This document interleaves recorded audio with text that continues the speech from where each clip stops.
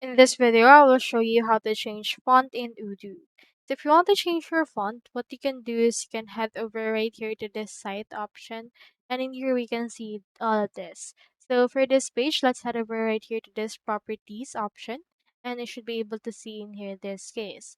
So you can head over and then change up some things right here. However, you can also click onto this edit option and it should be able to open in here the Odoo editor. So for this case, we have in here this theme option.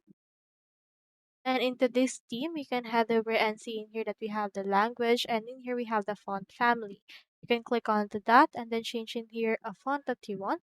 For example, choosing here Ubuntu and then this will load in some cases and in here as you can see this has been changed into Ubuntu for the paragraph and for the headings you can also change it into whatever you like.